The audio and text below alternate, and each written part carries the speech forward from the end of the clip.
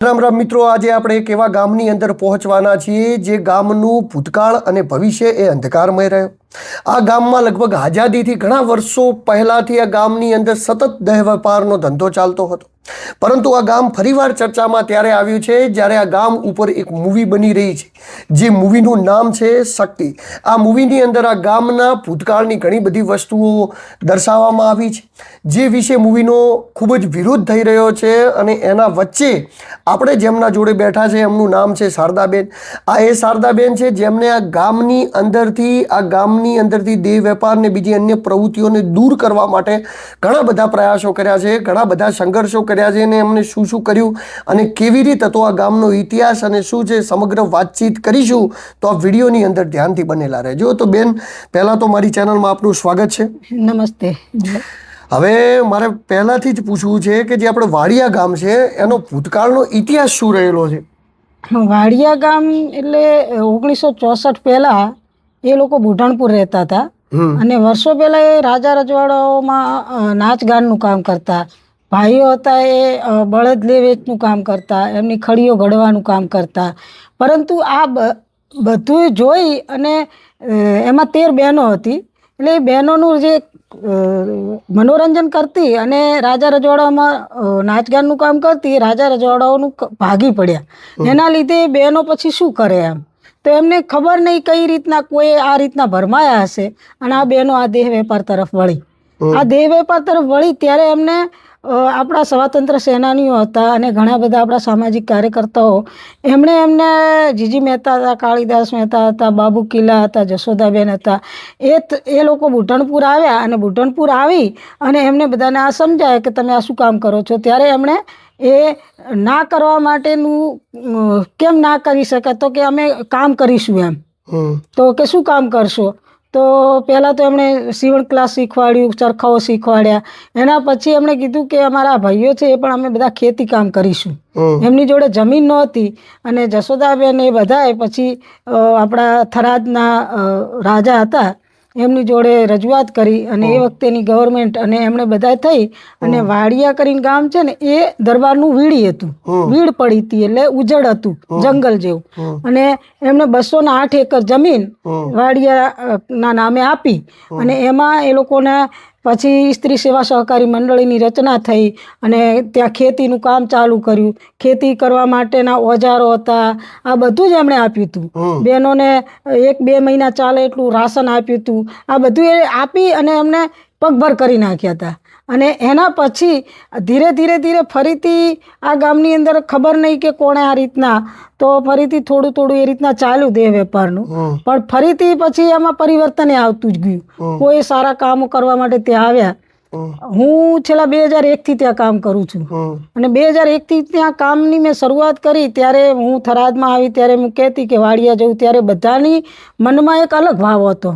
મને જોઈને પૂછે કે કેમ વાડિયા જવું એમ. ત્યારે હું કહેતી કે ના, મને ખબર નહીં કે કેવી રીતના આપણને આવું કહેતા હશે, કેમ કહેતા હશે.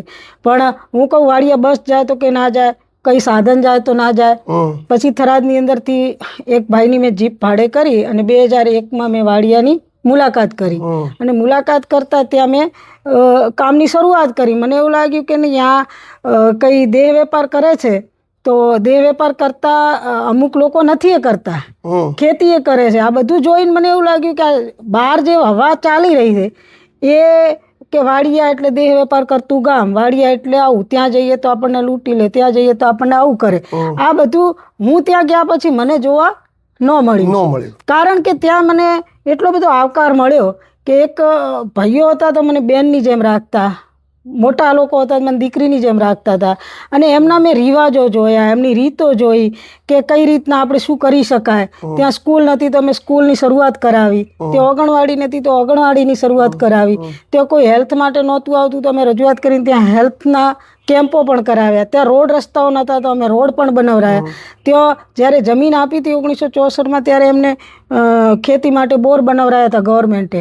પણ બોર ન જાણે કોઈ લાઇટ બિલ નહોતું ભરાયું તો સામાજિક સંસ્થાઓની જોડે અમે રજૂઆત કરી અને એ લોકોએ બોરનું બિલ ભરી અને ત્યાં આગળ અમે બીજા બોર ફરીથી 2 બોર બનાવરાયા. અને અત્યારે એ લોકો ખેતીને બધું જ કરે એમ, પશુપાલન કરે, ખેતી કરે.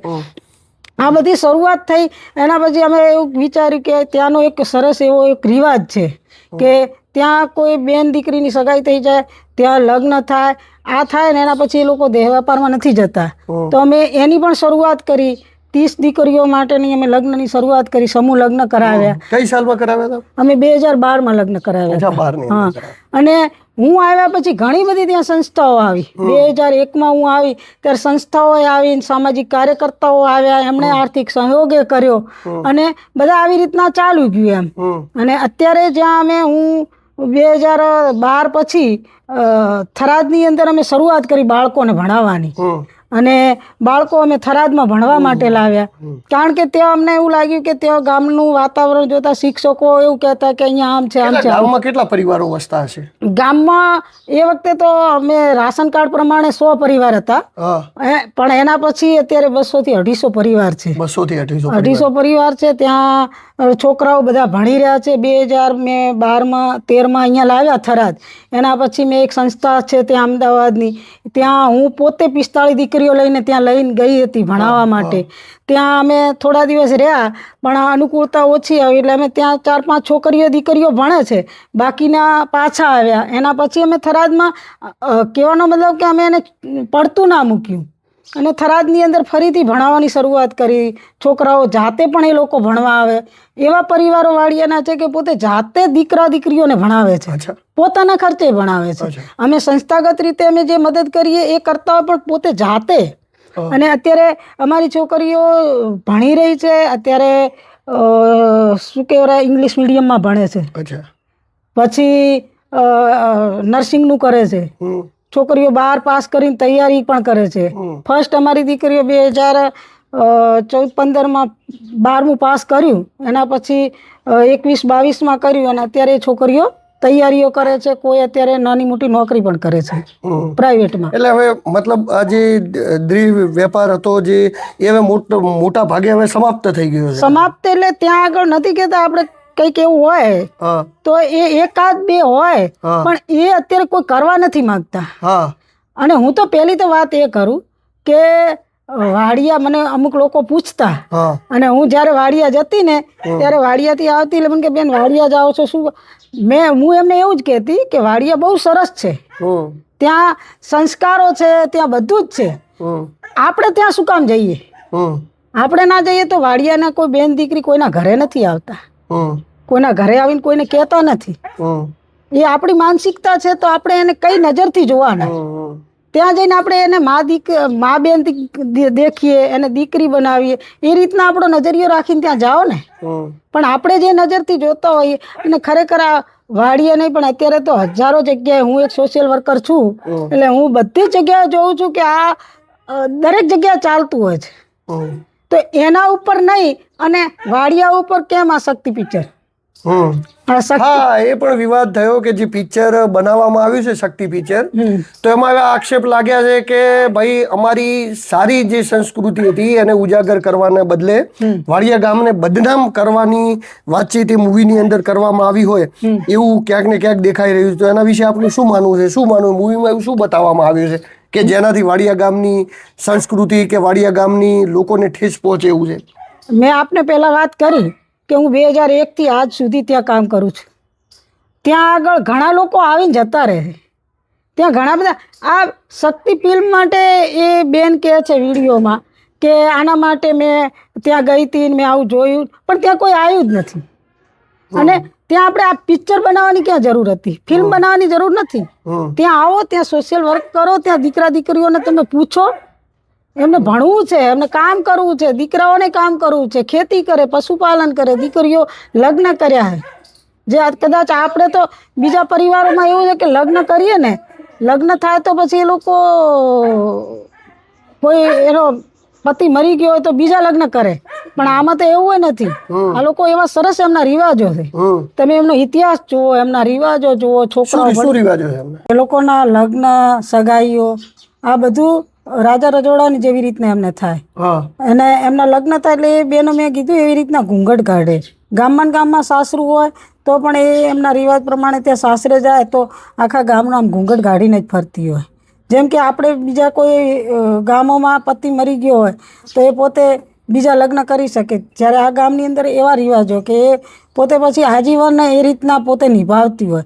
ઘણી બહેનો એવી કે આપણે જ્યારે 95માં ને એમાં અશોક ભટ્ટ સાહેબને આવ્યા ત્યારે એમણે આ શરૂઆત કરી હતી ને, તો એમાં પણ બહેનો બીજી જ્ઞાતિ સાથે અમે લગ્ન કરાવ્યા ને અમે એમની જ જ્ઞાતિમાં કરાવતા હતા.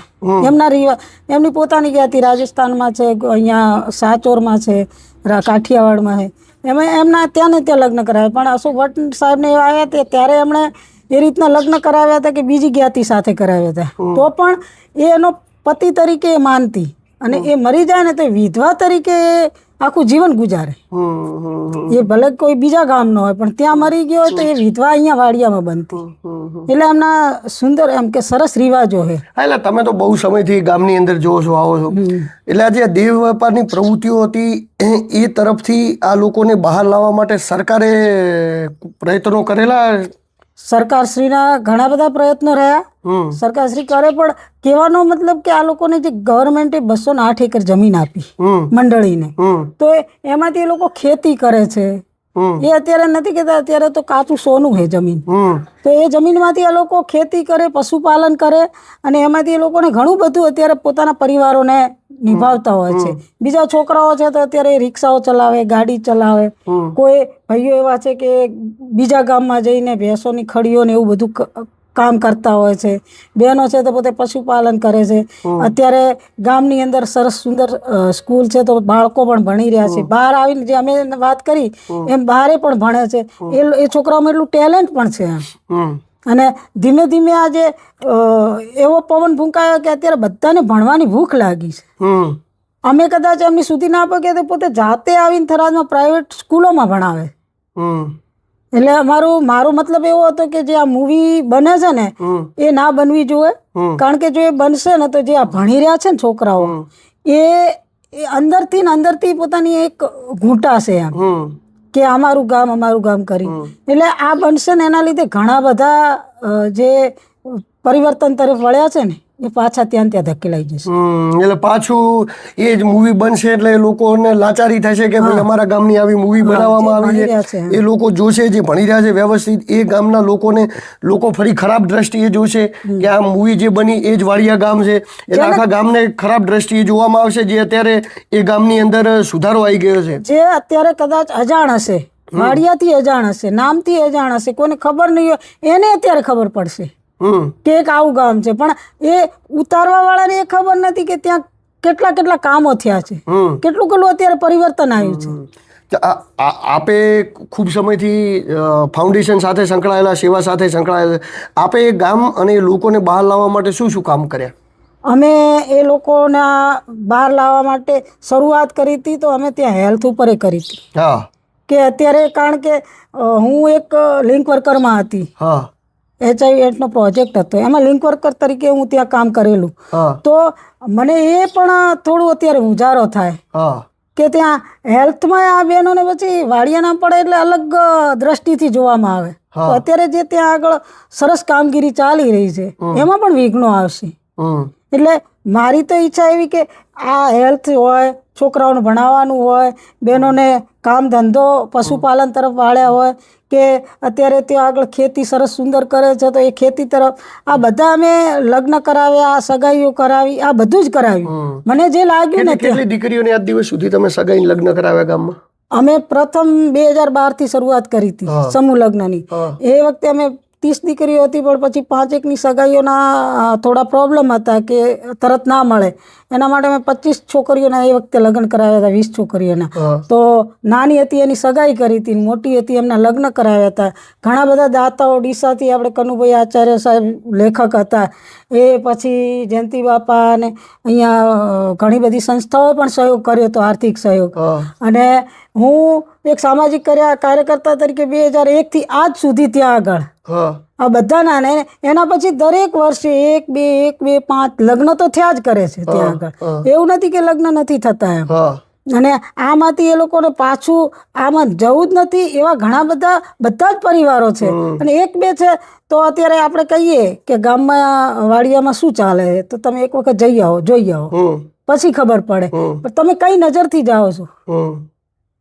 હવે ત્યાં જઈને મને તો ખબર નથી તમે કઈ નજરથી જાઓ છો. તો એક બે પરિવાર એવો હશે હમ તો તમે એવી નજરથી જતા હશો, તમને એ જોવા મળતું હશે. એટલે મારી તો બધાને વિનંતી છે, સામાજિક કાર્યકર્તાઓ હોય, સંસ્થાઓ હોય કે કોઈ આવા કલાકારો હોય, તો બધાને ત્યાં આગળ એક દત્તક એક ગામ પરિવાર ના લઈ લેવાય કે આનું આખું હું જ એમ સંભાળીશ.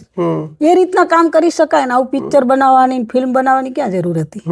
ફિલ્મ બનાવવાથી તો શું કહી એ ગામ ઉપર ખરાબ અસર પડશે કે સારી પડશે? અત્યારે ગામ લોકોએ વિરોધે કર્યો. હું પોતે આવેદનપત્ર આપવા ગઈ હતી કે આ ના બનવું જોઈએ, કારણ કે જે અંદર દર્શાવ્યું છે ને એ તદ્દન ખોટું છે. આવી કોઈ ત્યાં પ્રવૃત્તિઓ છે જ નહીં. એટલે આ લોકોએ એ રીતે દર્શાવ્યું છે કે પહેલા જમાનાની અંદર આવું થતું હતું કે અત્યારે પણ આવું થાય છે, એ રીતે કઈ રીતે દર્શાવ્યું છે? એમણે આખું એ ટેલર જ અમે તો જોયું હતું, પણ ટેલરની અંદર આમ એક ઉશ્કેરાઈ કે વાડિયા ક્યાં આવ્યું એ શબ્દ એમણે અત્યારે થોડો વોઇસ દબાયો છે, બાકી વાડિયા ક્યાં આવ્યું. અને વાતચીત પણ છે કે જે પાત્રોના નામ છે વાડિયામાં જે દીકરીઓ હતી એમના નામ ઉપર પિક્ચરના પાત્રો આપે. હા, એમના નામ ઉપર જ છે. અમે ભાવિન ત્રિવેદી ભાઈને વાત કરી હતી કે ભાઈ આ આવું છે ને, તો કે મેં કીધું તમે ગામ બીજું લખી દો ને, તમે વોઇસ દબાવો એની જગ્યાએ બીજું ગામ લખો કે આ ગામ એમ. તો કે ના ના એવું તો ના લખી શકાય ને, અમે કાલ્પનિક. તો આ કાલ્પનિક ક્યાં છે? આ કાલ્પનિક છે જ નહીં. આ તો તમે વાડિયા જ છે ને. તો થરાદ તાલુકાનું અત્યારે જે જિલ્લો વાવથરા જિલ્લો બન્યો છે એ જ આ ગામ હોય તો તમે એ ગામનું નામ હોય તો પછી તમે કાલ્પનિક કઈ રીતના કહી શકો કે હું તો કાલ્પનિક બનાવ્યું છે એમ?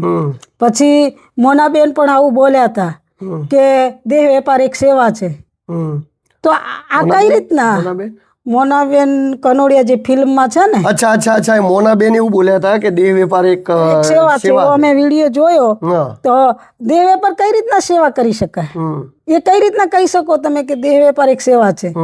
તો પછી તમારે આ ફિલ્મ નથી બનાવવાની, સરકારમાં રજૂઆત કરવાની હતી કે આ દેહ વેપાર. તો તમે એ લોકો માટે કામ કરવું હતું કે દેહ વેપાર એક સેવા છે, તો તમારે સરકારની અંદરથી પરિપત્ર બનાવો હતો.